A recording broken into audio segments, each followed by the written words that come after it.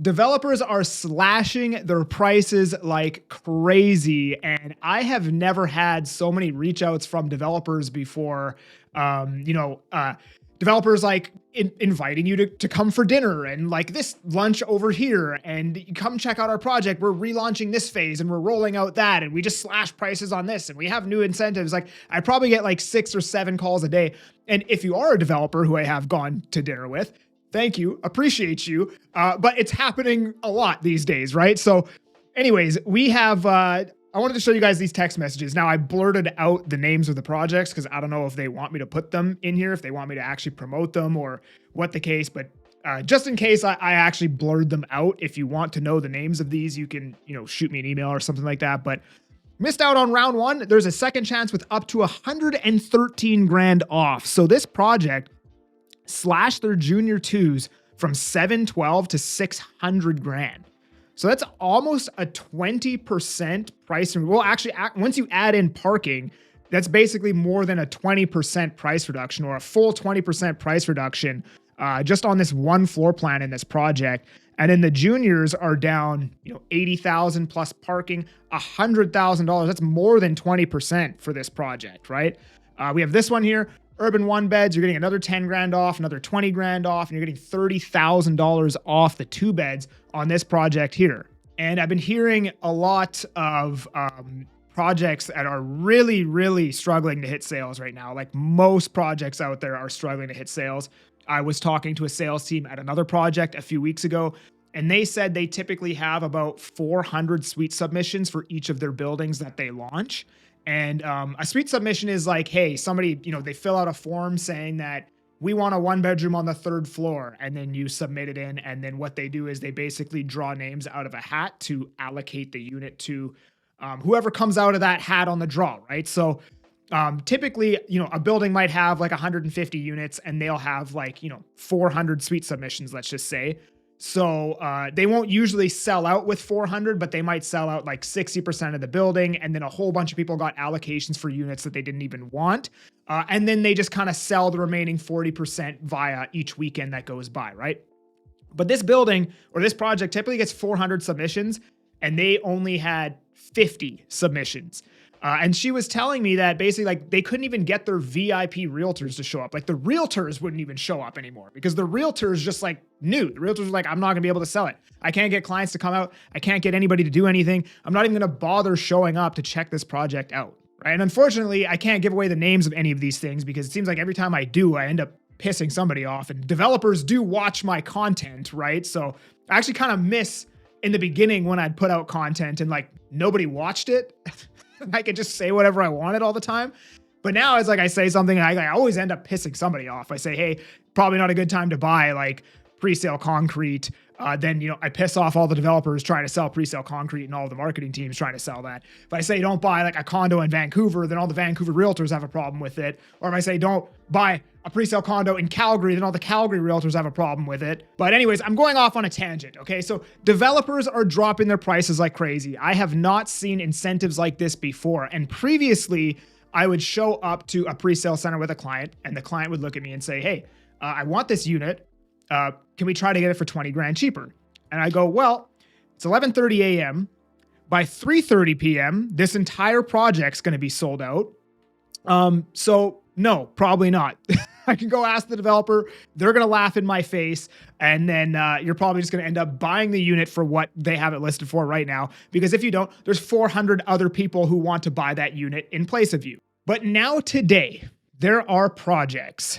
There's one in Willoughby that I'm thinking of right now that I've posted in this channel before.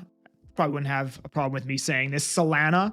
Solana is an amazing deal right now. It's resale pricing. It's a 5% deposit, 5%, and AC included. The 2 bedrooms have AC included in all 3 bedrooms, which you typically have to pay about 5 to 15 grand per unit, usually, if this was a normal market. Storage included, parking included. So it's 5% deposit, 2-year long completion, and it's basically resale pricing. You're right in that ballpark. You might be 2 or 3% over resale pricing, depending on what floor plan you get. Some of those floor plans, I would argue, are priced right at resale pricing. Some of their bigger 2 bedrooms, I'd say, are already right at that resale pricing. But for the first time ever, I think not only are you getting good prices and good incentives, but I actually think you could come in and negotiate negotiate on a lot of these pre-sale projects, which you haven't been able to do for a very long time. And what I'm seeing is a lot of developers are actually offering more incentives and bigger discounts if you increase your deposit, right? So their minimum deposit might be 5 or 10%, but if you bring, say, 20% to the table, they might give you another 20 grand off your purchase price just for bringing more capital to the table. And a lot of people, like, especially on YouTube right now, it's like a big thing to hate pre-sales, right? The reason why everybody hates pre-sales right now is because you're seeing the effects of pre-sales, the effects unravel for pre-sale contracts that were purchased 3 years ago. The pain in the pre-sale market isn't because of people buying pre-sales right now. It's pre-sales that were purchased at peak pricing back when there was literally zero inventory everywhere. But today, like, here's the thing. In real estate, you get price or terms, and you pretty much never get both.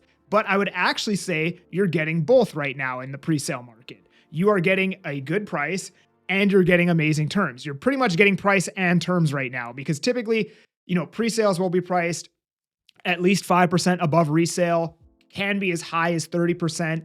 Most commonly probably right around 10% above resale. And people were willing to pay it for the longest time ever because when the market goes up 7 to 10% year over year, that first year that you own the condo, you're back to break even. And then, if you own it for 3-4 years, you're making money by the time you have to complete on it. But today you're buying pre-sale condos pretty much right at resale. You're getting a very low deposit and a very long completion. Well, maybe I shouldn't say very long completion. You're getting a good completion, 2, 3, 4 years. And if you're completing on this in, let's just say 2027 onwards, we know 2025, there's going to be a lot of completing inventory. We know 2026, there's going to be a lot of completing inventory. But as we get into 2027 onwards, there isn't very much condo product completing. So as you've heard me say before, your condo is completing at a time where there isn't very much competing inventory alongside your condo. And then the other thing too is like, is immigration actually going to slow down to an amount where it, kind of stifles the growth in the housing market? And I've never been fully on this train that I believe they're actually going to do that. I mean, if you look from 2023 to 2024, the population only increased about 700,000 people. And the year before that was like 1.5 million, but it still increased 700,000 people. And I think we kind of came out with the slowing down of immigration, rhetoric kind of somewhere in the middle of 2024, if I'm not mistaken. Maybe it was like summer or spring of 2024. And the population still apparently increased 700,000 people. So, I'm willing to bet that immigration is probably going to continue as per usual. And as we get into 2027, less housing completions, more people living here as per usual. And I don't know. We'll have to see what happens. But yeah, developers are slashing their prices like crazy right now. And a lot of them are having a lot of difficulty selling. So if you are a buyer, there is definitely some opportunity to be had there if you are interested in picking up a pre-sale condo. And if you are, you can book a call with me using the link down in the description. I'm that Agent Kelly, and I'm making moves to move you. Peace.